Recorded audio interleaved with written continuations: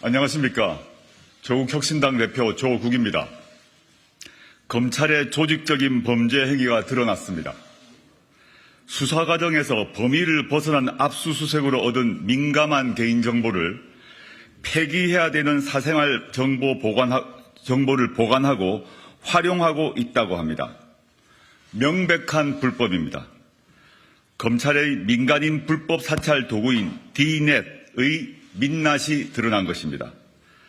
탐사보도 전문 매체인 뉴스버스의 관련 보도는 충격적입니다. 법원이 발부한 압수수색 영장에 포함되지 않은 압수수색 대상이 아닌 개인정보와 사생활이 담긴 휴대전화 정보를 검찰이 불법적으로 수집, 관리, 활용해왔다는 것입니다. 수사와 관련 없는 정보는 즉각 폐기해야 합니다. 아무리 수사 대상자라고 하더라도 영장에서 허용하지 않은 디지털 기기에 담긴 SNS 대화, 문자 메시지, 녹음 자료, 이메일, 동영상 등을 수집하고 활용하는 것은 민간인 사찰이나 다름없습니다. 디지털 기술의 발전에 발맞춰 진화한 신종 디지털 범죄입니다. 검찰이 캐비넷에 보관해온 민감한 정보를 필요한 때에 꺼내 정적을 탄압하고 정치에 개입하기 위해 활용하는 것은 더 이상 영화 속 이야기가 아닙니다.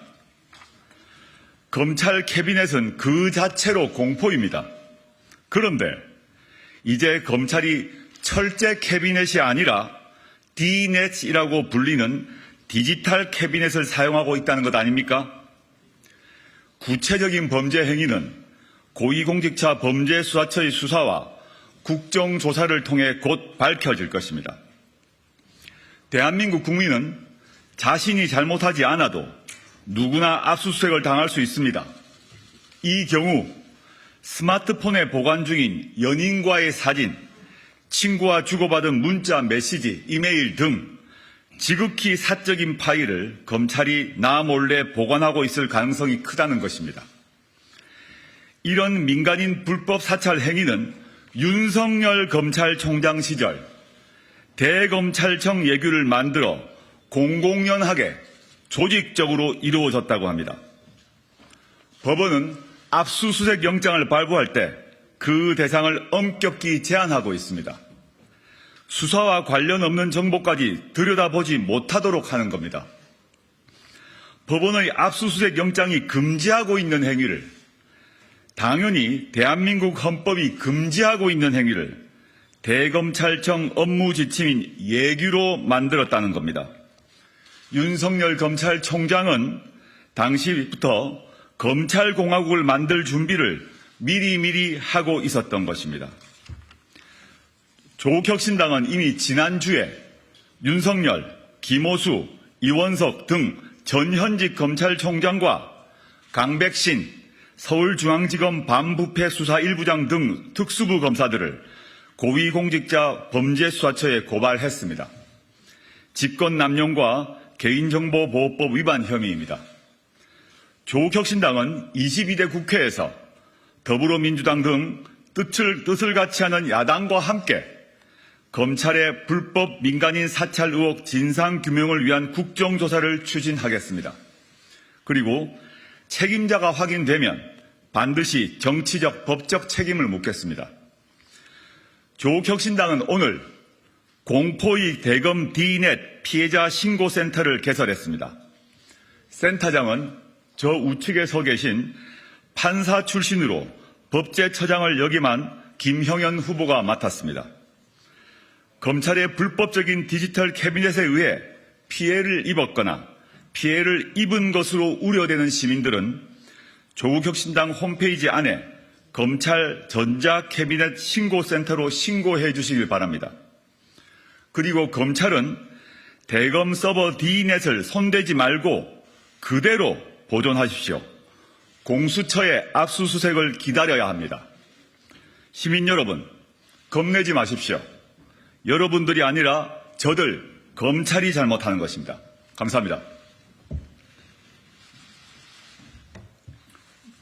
이어서 우리 김영영 신고센터장께서 말씀하시겠습니다.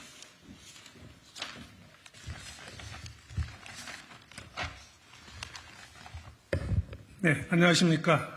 조국혁신당의 법치바로세계 특별위원장 김영현입니다.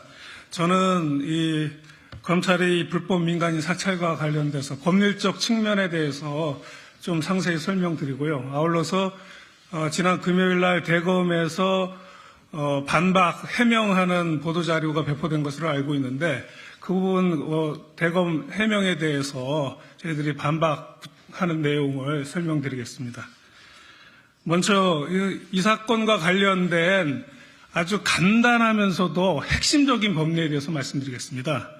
수사기관이 국민의 사생활의 평온과 자유 등 국민의 기본권을 제한하려면 현행법상 그 법관이 발부한 영장이 있거나 구체적으로 법률에 근거가 있어야 합니다.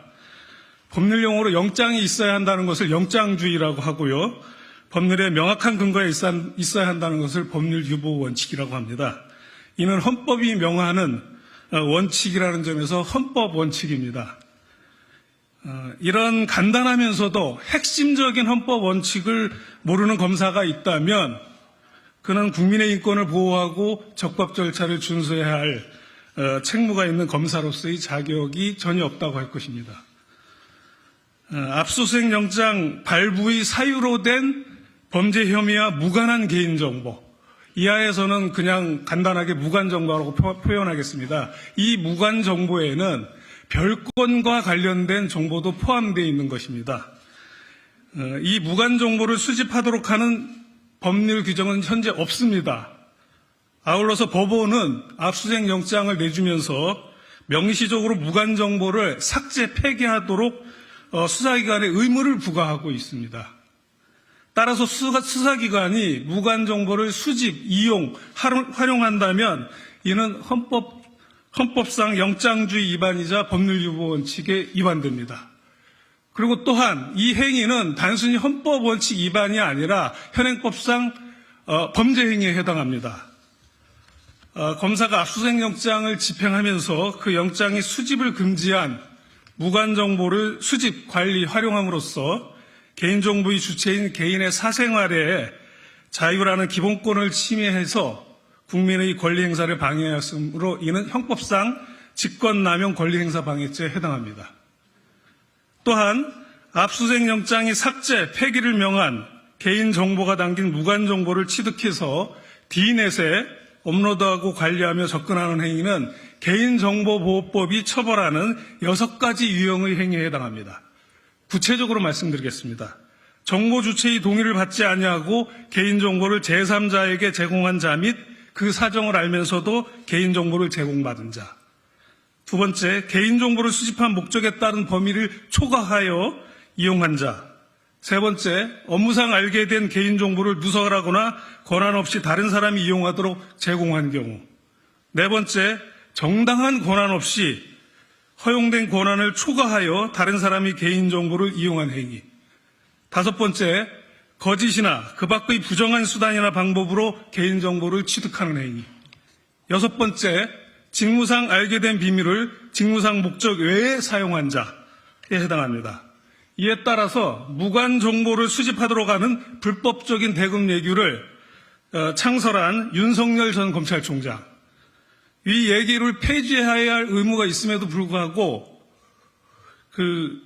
이를 그대로 존치시킨 김호수, 이원석 검찰총장을 직권남용죄와 개인정보보호법 위반죄로 이 교사범으로, 그리고 불법적인 대검 예규에 따라 뉴스버스 이진동 기자의 휴대폰 정보 전부를 D넷에 업로드하도록 한 강백신 서울중앙지검 반부패 수사 1부장을 위 각제의 실행범으로, 강백신 검사처럼 불법 예규에 따라 업로드하였을 것으로 추정되는 서울중앙지검 반부패 수사부 소속의 성명불상 검사들, 그리고 이 업로드된 개인정보를 별건 수사나 언론 플레이에 활용하기 위해 조회하였을 것으로 추정되는 대검 범죄정보기획관 소속 검사들을 지난 금요일 날에 고발하였습니다.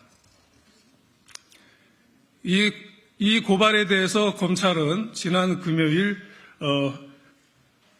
대검과 서울중앙지검에서 각각 자신들의 범죄 행위를 부인하는 변명을 하였습니다. 먼저 대검은 보도자료를 통해서 압수 증거물이 원본과 같다는 점을 법정에서 검증하기 위해 D넷에 별도 수집하였고 권한을 부여받은 사람에게는 접근하지 못하게 엄격한 통제가 이루어졌다. 그리고 2021년 1월 1일 개정된 대검 예규가 아니라 2019년 5월 20일 개정된 대검 예규에 따른 것이라고 해명하고 있습니다.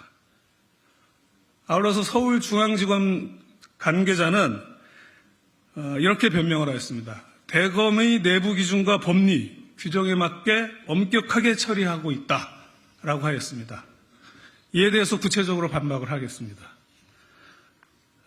먼저 대검은 공보관이 압수 증거물이 원본과 같다는 점을 법정에서 검증하기 위해서 D넷에 업로드하였다는 점에 대해서 반박하겠습니다. 검찰의 말은 D넷에 업로드한 사본으로 압수 증거물 원본의 동일성을 검증을 하겠다는 것입니다. 너무나 뻔뻔한 거짓말이라서 제가 뭐라고 이것을 반박할지 모르겠는데요. 어떻게 사본으로 원본의 동일성을 검증한다는 것입니까? 그 사본이 원본과 같다는 점은 무엇으로 입증을 합니까? D넷에 업로드한 개인의 정보는 사본에 불과합니다. 그 사본을 어떻게 원본의 동일성을 검증하겠다는 것입니까? 제가 18년간 법관 생활을 했지만 D넷에 업로드된 사본으로 원본의 동일성을 검증한다는 이야기는 단 한 번도 들어보지 못했습니다. 두 번째로 똑같은 수사기관이지만 경찰이나 해경은 원본의 동일성을 검증한다는 미명하에 무관 정보를 전혀 수집하지 않고 있습니다. 경찰청 내규와 해양경찰청 예규를 보면 대검의 예규와 그 내용이 많이 다른 것을 알 수 있을 겁니다. 세 번째, 100번, 1000번 양보해서 원본의 동일성을 검증을 위해 무관 정보를 수집할 필요성이 있더라도 영장이 명시적으로 금지하는 데다가 이를 허용하는 법률 규정이 전혀 존재하지 않으므로 법치국가인 대한민국에서는 어떤 경우에도 무관 정보를 수집할 수 없습니다. 이것이 헌법상 영장주의이고 법률유보 원칙입니다. 그 다음 대검에서 변명하는 두 번째 사유로 권한을 부여받은 사람 외에는 접근하지 못하도록 엄격한 관리가 이루어지고 있다고 변명을 하고 있습니다. 그래서 권한이 있는 윤석열 전 검찰총장과 한동훈 반부패 부장이 무시로 불법하게 수집한 국민의 사생활이 담긴 파일을 들여다봤다는 것인가고 되묻고 싶습니다. 앞서 말했듯이 현행법상 무관 정보를 수집 관리 활용하는 것은 범죄 행위이고 그것을 들여다보는 것도 범죄 행위입니다. 세 번째, 2019년 5월 20일 대검 예규 때부터 불법 저장을 시작했다는 해명에 대해서는 국민 여러분들께서 2019년 5월 20일 대검 예규와 2021년 1월 1일 개정된 대검 예규를 비교해 보시면 금방 알 수 있습니다. 개정된 예규 22조에서는 별건에 관한 자료를 수집하도록 했습니다. 무관 정보를 압수하도록 근거 규정을 두고 있고요. 36조를 신설을 해서 그 압수의 대상도 되지 않은 목록에 없는 그 정보조차도 전부 다 저장할 수 있도록 하고 있습니다. 대검의 그 공보와 관련돼서 추가적으로 말씀드린다면 대검 공보관인 앞서 말씀드린 사정 이와 같음에도 검찰이 조직적 범죄 행위를 은폐하기 위해서 국민을 속이는 허위 내용의 보도 자료를 배포했습니다. 이는 허위 공문서 작성죄 및 동행상죄에 해당합니다. 따라서 조국혁신당에서는 대검 공보관을 금년간에 공수처에 추가로 고발할 예정입니다. 대검 공보관의 공보 내용에 따르면 대검은 불법 예규를 계속 유지하여서 범죄 행위를 지속하겠다는 대국민 협박을 하고 있는 것입니다. 이하 대검의 내부 기준에 따랐다는 서울중앙지검 관계자의 말은 앞서도 말씀드렸다시피 영장주의와 법률유보 원칙이라는 헌법 원칙을 전혀 망각한 주장이라는 점을 밝혀드리고 이하 설명을 마치도록 하겠습니다.